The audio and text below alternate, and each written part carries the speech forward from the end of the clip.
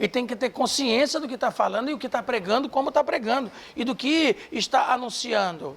Então ele está exortando aos seus ouvintes e leitores, para não ficar dando ares de mestres, como aqueles outros que Jesus denunciou, não. Entendeu? Sem mais nem menos. Porque aí ele vai chamar a atenção no verso 2, bota o 2 aí. Né? Se a gente tropeça em alguma coisa e tropeça em palavra, porque a língua ela é ambígua. Ele vai chamar atenção, ele está chamando atenção nisso. Se a gente continuar lendo ali, ele vai chamar, é ambígua, é perigosa, entendeu? E alguém sendo mestre da palavra, começar a falar de uma coisa que não é o que ele está falando, ensinando errado, então é muito mais grave. Então ele fala, muitos não queiram esse ofício aí, achando que, eu vou fazer porque eu quero ser mestre, quero que os outros me chamem de mestre. Isso é perigoso, porque se você tropeçar numa palavra, ensinar um negócio errado, foi o que Jesus vai chamar a atenção no capítulo 23. Vocês rodam o mundo todinho, vocês fazem um prosélito todinho, vocês não entram e impedem o outro de entrar. Então, que na igreja cristã não acontecesse isso. Então, tem que ter esse cuidado, esse capricho, entendeu? Então, entende-se o que com isso? Que o ofício de mestre, nessa respectiva comunidade, esse ofício é reconhecido na comunidade. O Tiago está falando isso e Paulo vai tratar do mesmo assunto. Vamos lá para 1 Coríntios, capítulo 12. 1 Coríntios 12.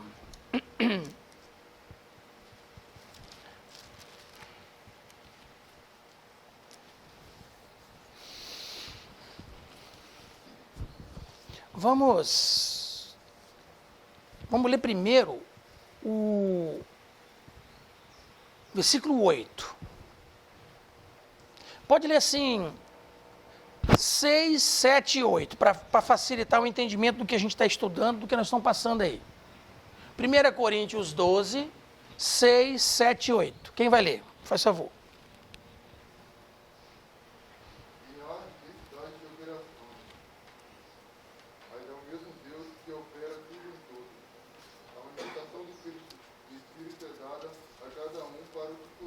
Isso aí. A um pelo Espírito é dada a palavra da sabedoria, a outro pelo mesmo Espírito a palavra da ciência, e a outro pelo mesmo Espírito fé, a outro pelo mesmo Espírito dom de curar. Pode ler o 10 e o 11.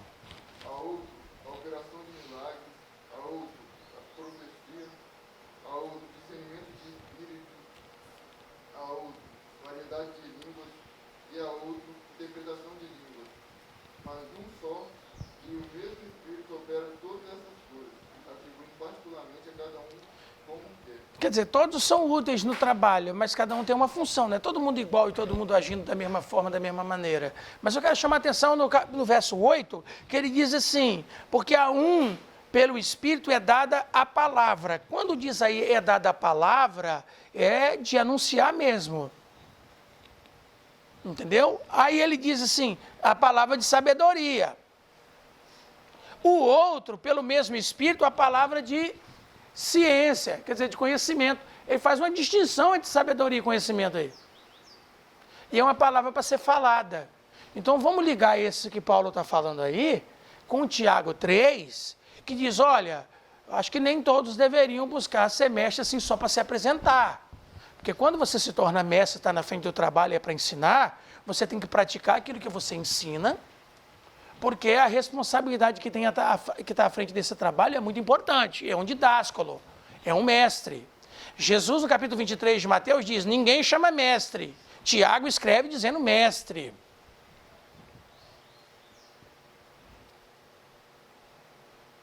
Aí no dom do Espírito, é lógico que essa lista aqui não é só ela, tem outras listas em Efésios e tudo, que nunca fica travado só, é só isso aqui que é do Espírito Santo, o resto não é, nada disso, tem outras listas de dons espirituais. Ele trata de pessoas que falam, que anunciam, olha, um tem o dom de sabedoria e o outro é de ciência. Então, é importante isso aí. Então, o que é esse dom de sabedoria? Diz respeito à faculdade de conhecer e expor as mais altas verdades cristãs, ao que diz respeito à vida de Deus e os mistérios divinos. Veja bem, esse dom de sabedoria é uma coisa bem elevada. É de alguém que passa a conhecer a verdade de Deus, a doutrina cristã, espiritualmente, e aplicá-la no seu dia a dia. Quando a gente lê... Estou falando de tudo para não confundir o assunto, tá? 1 Coríntios 2, 6 e 7. Faz favor aí, outra pessoa para ler. 1 Coríntios 2, 6 e 7.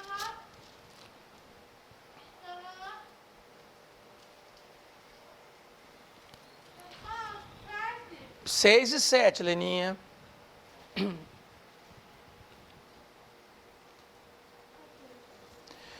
Então, esse é o dom da sabedoria. A vida divina em nós e um ensinamento assim, aperfeiçoado, perfeito. Né? Como diz em Hebreus. Hebreus, o certo mesmo é maduro, maturidade. Esse é perfeito. Capítulo 6, 1. Mas agora nós vamos ler. Pode ler, 6 e 7. Quem achar pode ler aí, faz favor. Todavia falamos sabedoria entre os perfeitos, não, porém, a sabedoria desse mundo. Tendo os perfeitos desse mundo que se aniquilam.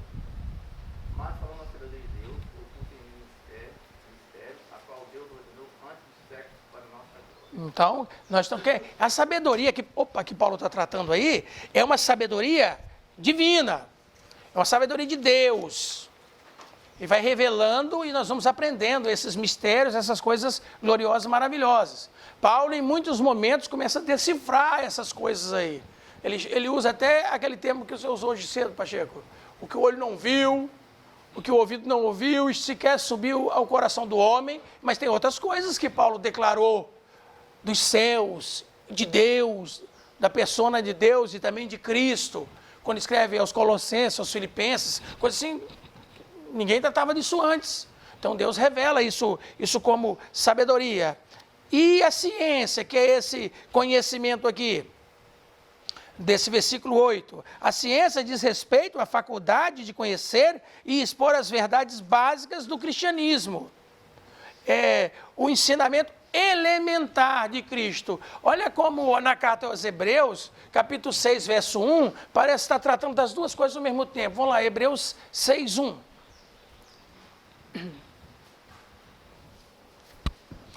Nós já vamos chegar onde a gente quer chegar com essa escola abordando esse assunto, viu, irmãos?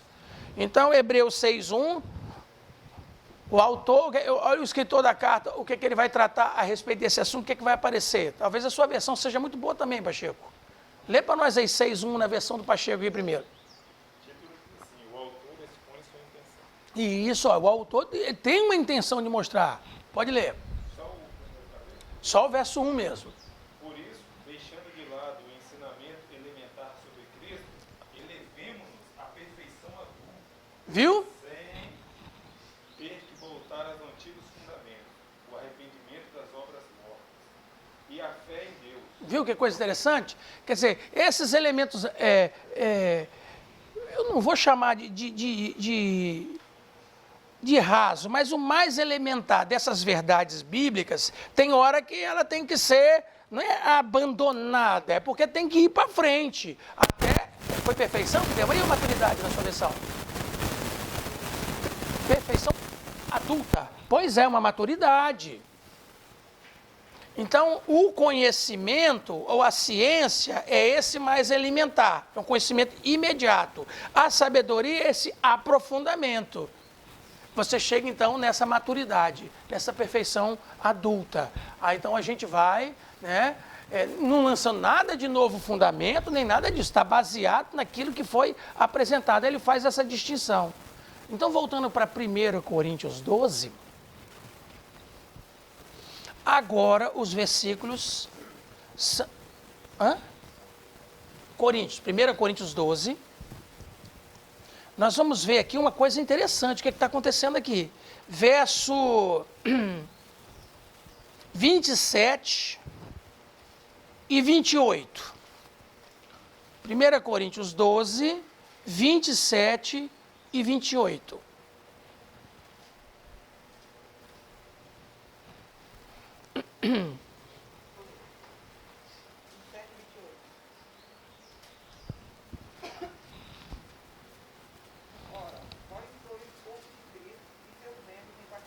Então, irmãos, toda a membresia, todos nós temos nosso lugar neste corpo de Cristo.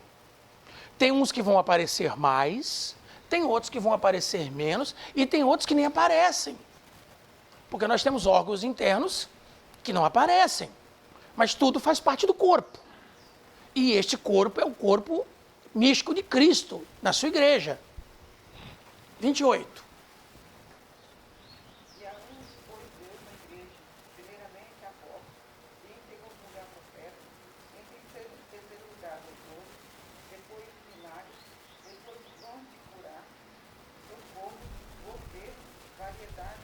Amém. Você viu aí o que ele fez aí?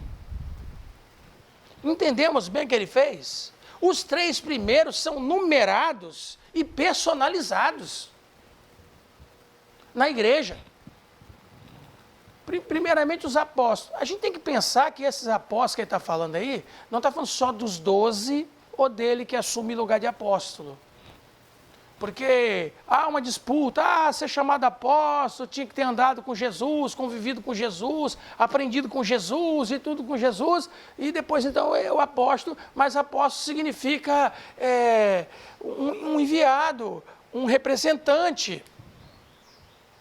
O Brasil tem apóstolos no mundo afora, onde ele tem embaixado, embaixador, ele é apóstolo. Se fosse escrever em grego, o apóstolo fulano da Embaixada Brasileira. Mas aí então, olha, primeiro o apóstolo, depois profeta. Esse profeta aí, gente, não é só profeta de profetizar fatos, acontecimentos e tal, não. Essa palavra profeta, ela está bem abrangente. É uma pessoa que profere a palavra de Deus, entendeu? Dando condição das pessoas entenderem e aplicarem para a sua vida as coisas da palavra de Deus.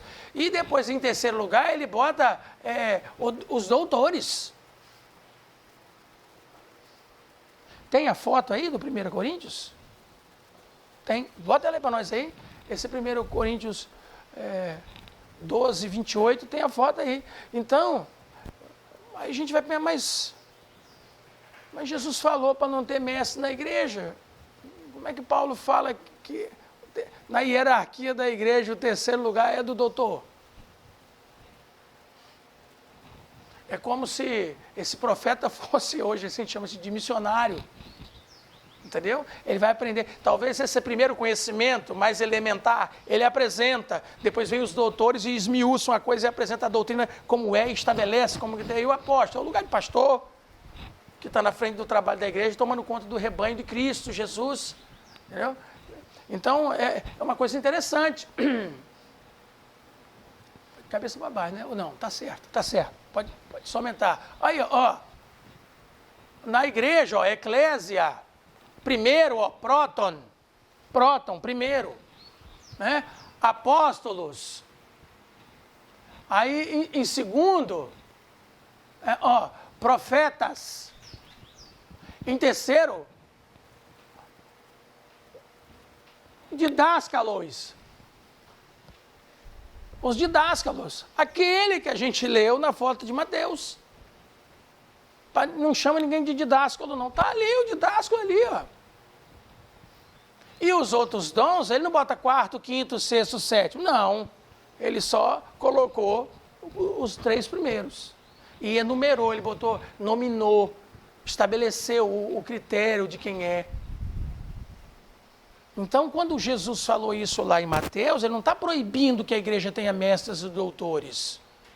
O que ele está dizendo é, mas vocês não devem chamá-los ou considerá-los em meu lugar, no lugar de Deus. O meu lugar como mestre dos mestres é meu. O lugar de Deus, do Pai da luz, o Pai dos Espíritos, como tem outro lugar, é de Deus, o Pai, o Todo-Poderoso.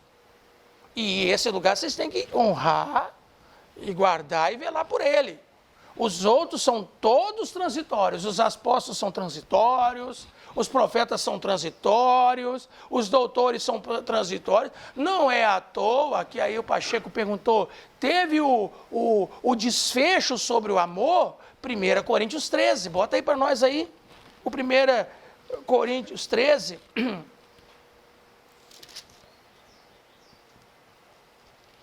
Quem vai ler para nós aí, do 1 ao 5.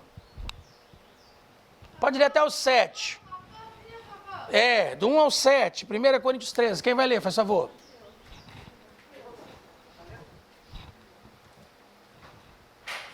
Ainda que eu falasse a língua dos homens e dos anjos, e não tivesse caridade, seria como metal que soa como sino do tino. E ainda que tivesse o dom de profecia, Olha aí. conhecesse todos os mistérios e toda a ciência, Olha aí, a sabedoria e ciência, está falando aí, os mistérios e ciência.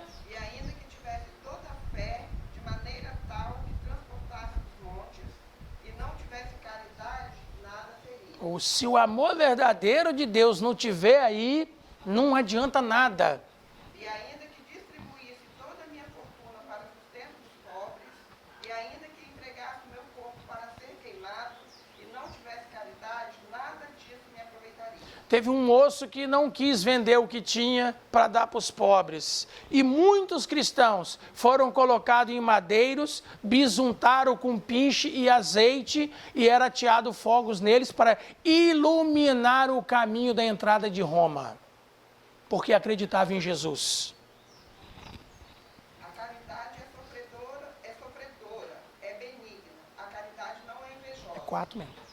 A caridade não trata com leviandade, não se ensoberbece. A caridade não toma lugar de hipocrisia. Ela é verdadeira, ela é sincera, ela é honesta com a igreja. Não se porta com indecência. Ó, Não busca os seus interesses. Não se irrita, não suspeita mal. gente, deixa eu só dar uma paradinha aqui. Esse não suspeita. Nós estamos numa época que todo mundo duvida de todo mundo. Acaba de conhecer você. Sei não, hein? Sei não, hein? Isso tem que desaparecer do nosso coração. Isso não quer dizer que é para a gente ser bobinho, tá? Bonzinho. Não é disso que ele está falando. Mas ficar suspeitando mal à toa o tempo todo, isso é um perigo. Botando em dúvida a integridade dos outros, a vida do outro. Isso é perigo. Não suspeita mal. Estamos numa época dessas disputas políticas, ideológicas e todas as esferas da vida, né, particular e pública. A gente tem que evitar esse tipo de coisa, senão a gente fica infectado com esse vírus e passa a agir como todo mundo age. E aqui a carta de Paulo está dizendo claramente, se a gente agir como todo mundo age, não vai ter jeito para nós não. Por causa disso aí, pastor, que eu perguntei mesmo. Porque eu vi uma coisa nessa semana, não é real. Eu vi, assisti uma coisa, mas me deixou muito intrigado, assim, pensativo. Por causa daquela parte lá que passou lá, que não busca seus interesses, não evita suspeita. Então era um padre, daquele tempo dos norte, daquela luta de Viking, que o pessoal que estava indo para a guerra estava perguntando assim, ó, e você vai pegar o que lá? O que que... Ah, vou pegar tantos de ouro, assim. Deus falou, não, eu vou levar buscar as mulheres, não sei o quê. Aí perguntaram para o padre o que ele ia buscar lá na guerra. Depois, ele não guerreava, mas ele estava acompanhando, ele bebendo o vinho dele lá, ficava pensativo. E ele falou com eles assim, não, isso aí para mim não é nada, é pouca coisa, não interessa essas coisas. Aí eles ficaram assim, Assustados, né? ele falou assim, você busca o que então, padre? Ele falou assim, eu busco o amor. Aí eles pensaram assim, mas eu vou pegar o dinheiro, vou pegar a mulher. Ele falou assim, o amor é que dá valor ao dinheiro, é o que dá o desejo para você ter mulher. Ele falou assim, alguma coisa que dá o valor, mas o ouro por si mesmo já tem um valor. Aí os caras ficam, o que é isso? Intrigado, o que é aquilo, né? Como é que é isso? Como é que você vai achar isso onde? Pô, eu tô buscando, não sei o quê. Aí eles não entenderam, quiseram saber, falaram, é de comer? Alguns perguntavam o que gostavam de comer, perguntavam, dá Isso é pra de comer. Se sacia, coisa assim. Não é de comer. O outro assim, dá pra botar na bolsa? Querendo levar um monte. Aí eles, não, aí eles ficaram contato e o padre não sabia explicar para eles.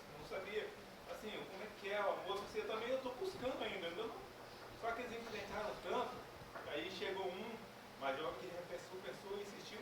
Aí o padre sentado, ele assim, pô, como é que eu vou definir amor? Aí ele olhando daquelas guerras, as lutas lá, exibida lá, tinha um corpo no chão e falou assim, ó, tá mais perto de amor é aquele ali, ó, tá mais perto do amor. Um cadáver, Uhum. por causa disso, ó. Não busca seus interesses, não se irrita, E não suspeita mal. Não pratica o mal com o outro, esse é mais perto do amor do que qualquer um desses daí. Então, essa questão do amor é um negócio tremendo. É por isso que o 1 Coríntios 13 é tão importante. Se nós não amarmos a Deus e não amarmos uns aos outros, nós não estaremos próximos de Cristo, nem da sua doutrina. Então, mas vamos continuar aqui, porque senão 6 e 7, pode ler. Não folga com injustiça, mas folga com a verdade. Isso aí. Tudo sofre, tudo crê, tudo espera, tudo suporta. Então, quer dizer, olha que definição de amor que ele vai dizer, ó, sabedoria, profecia, doutorado, mestrado, pastoreio, pastorado, isso tudo cessa diante dessa beleza, essa magnitude do amor, né? Porque o amor faz o quê? Do 8 ao 13 agora, vamos ler, quem vai ler? Do 8 ao 13. A Regina tinha levantado, Regina? O amor nunca falha, mas havendo profecias serão aniquiladas, Olha, a profecia vai ser aniquilada. cessarão, Língua também. ciência desamparada, A ciência vai desaparecer. A língua vai acabar. A profecia também, olha. porque em parte conhecemos e em parte profetizemos. Porque a gente só consegue falar daquilo que a gente vê, daquilo que a gente compreende, daquilo que a gente entende, daquilo que a gente lê. Mas a vida cristã é mais do que isso. Pode ler, Moisés. Mas quando vir o que é perfeito, Quer dizer, o que é maduro, o que é adulto.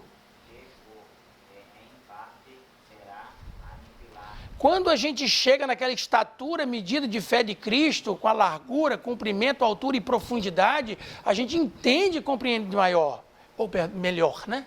Melhor.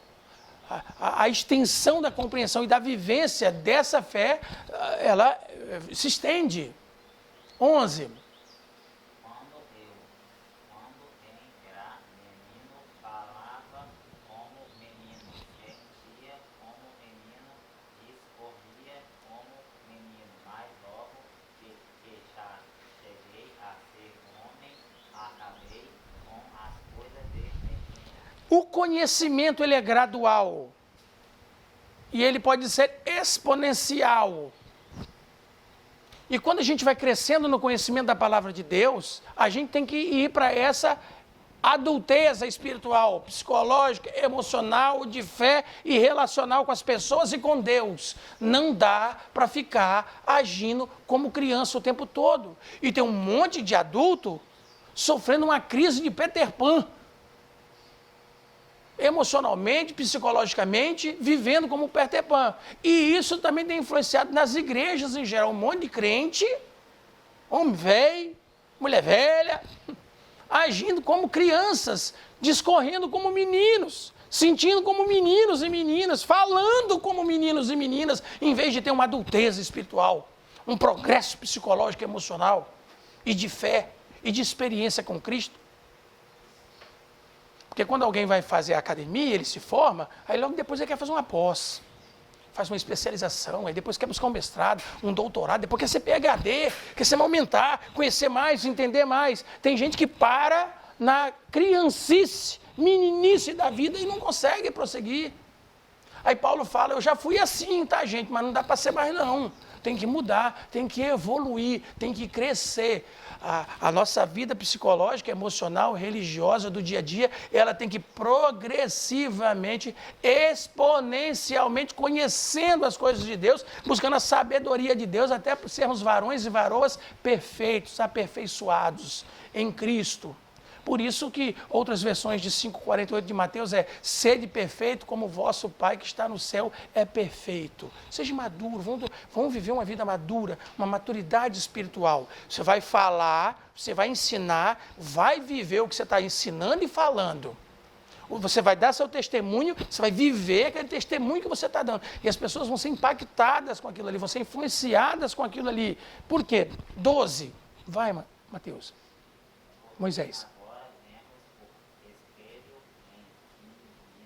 Enigma, isso. Isso.